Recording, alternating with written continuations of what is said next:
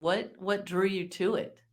I did a What house on Star Island that I had some very expensive designers come in and do my whole house, and I paid them a lot of money. And I went around the house and watched them while they were doing it. You know, it took 2 years to build this house on Star Island, and I had everything like custom. You know, like I had a staircase with fish swimming in them, like real fish, acrylic staircase. You go walk up and you can see the fish underneath your feet.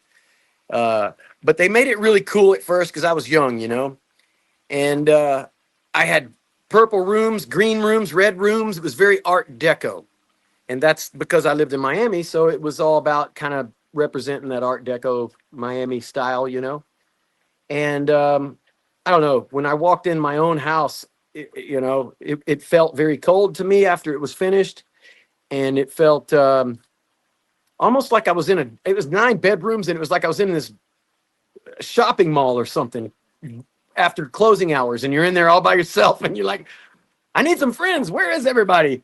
Can you guys come over and hang out? You want to play basketball? You know, it's weird how colors. We had a movie theater room that was all red ceiling, red couch, red everything, TV, red everything. I'm talking, and I'd come out of the room and I'd take a deep breath, like,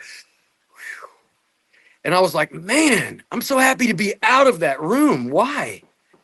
And I didn't know until I went to design school. So I got a degree in design about 18, 19 years ago, and I learned about design. So I learned about why those colors were bothering me, and and why you need earth tone colors. They do play moods. They do generate feelings indirectly in your subconscious, in your brain, in your eyes, and the way they portray things. Certain colors bring happiness. Certain colors bring sadness, and red was a sadness color. So I learned all this, and I learned about throw pillows, earth tone colors, and how to warm up everything in gigantic closets for the ladies. So basically, I learned how to think like a lady and a woman in design school, because at the seminars that I go to about real estate, and I read all these books from this guy named Robert Sheeman. I learned so much from those books, going to Borders and everything on how to make money in real estate and how to really properly flip houses. And that's why I went to design school too, because you and I both and everybody have seen, just because you have money doesn't make you a great designer. You've seen money spent that just looks horrible, you know, on a lot of these houses, and, you know, and you're like, you spent a lot of money, but God, your color combinations and everything you did is awful.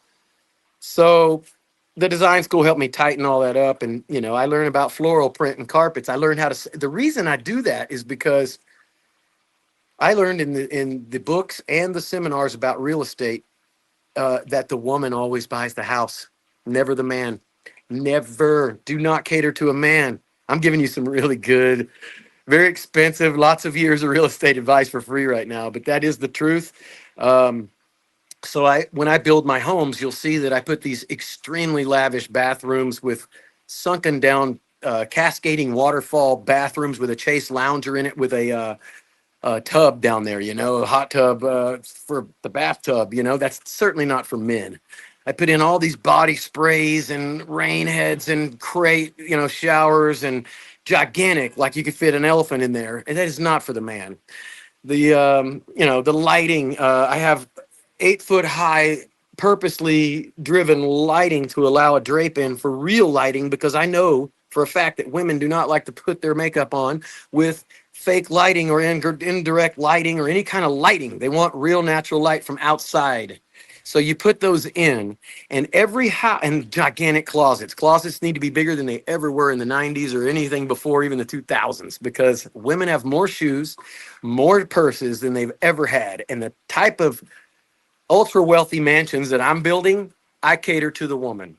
So it works. This is my method. And every time there's any comps in the neighborhood and I throw up a house for sale, it sells immediately. They don't change anything. In fact, they write me notes and says how great, they're not going to change it. You built my dream house. Thank you, thank you, thank you. You read my mind.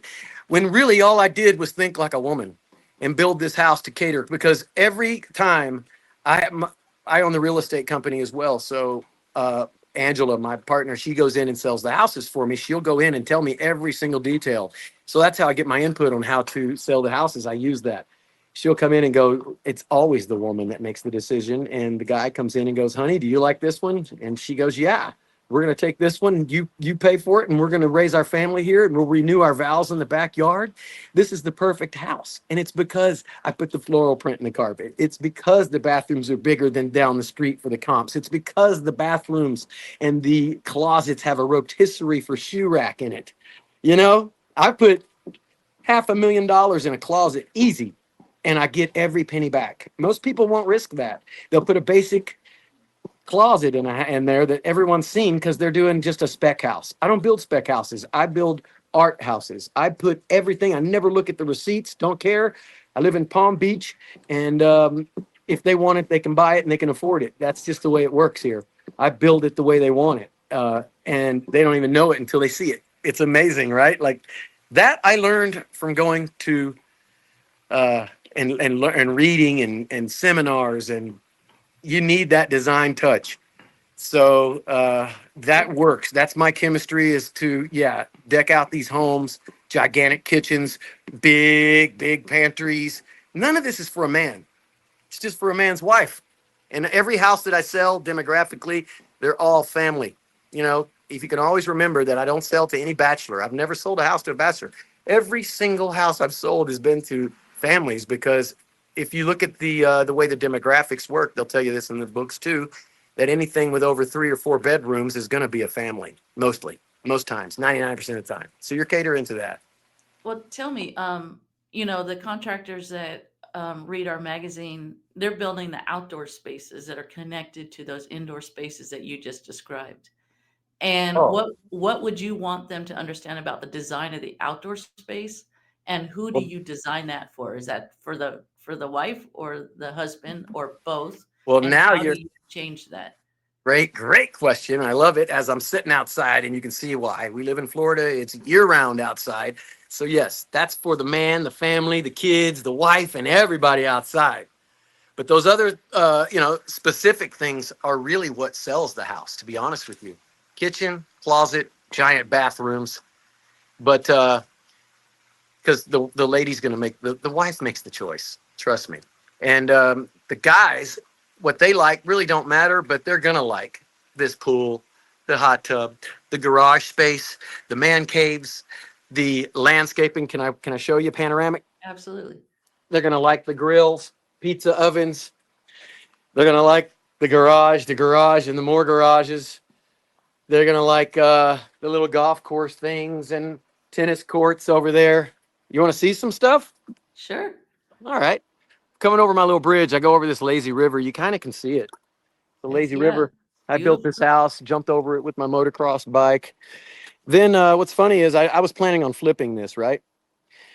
I have a zip line in here. And I ended up having kids, and I'm stuck here now, So it's like I love the neighborhood. So I went over to my neighbor's house and I said, "You guys might want to sell your house. I'll offer you more money than you ever thought." And they said, "No, we've been here about a year, and we put a new roof, air conditioners.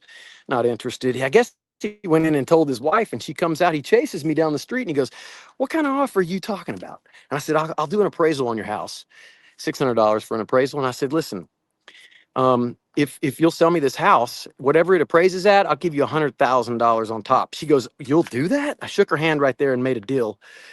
I closed on the house and I went and I drove my bulldozer. I have all these excavation equipment. You see my tractor in the background over there.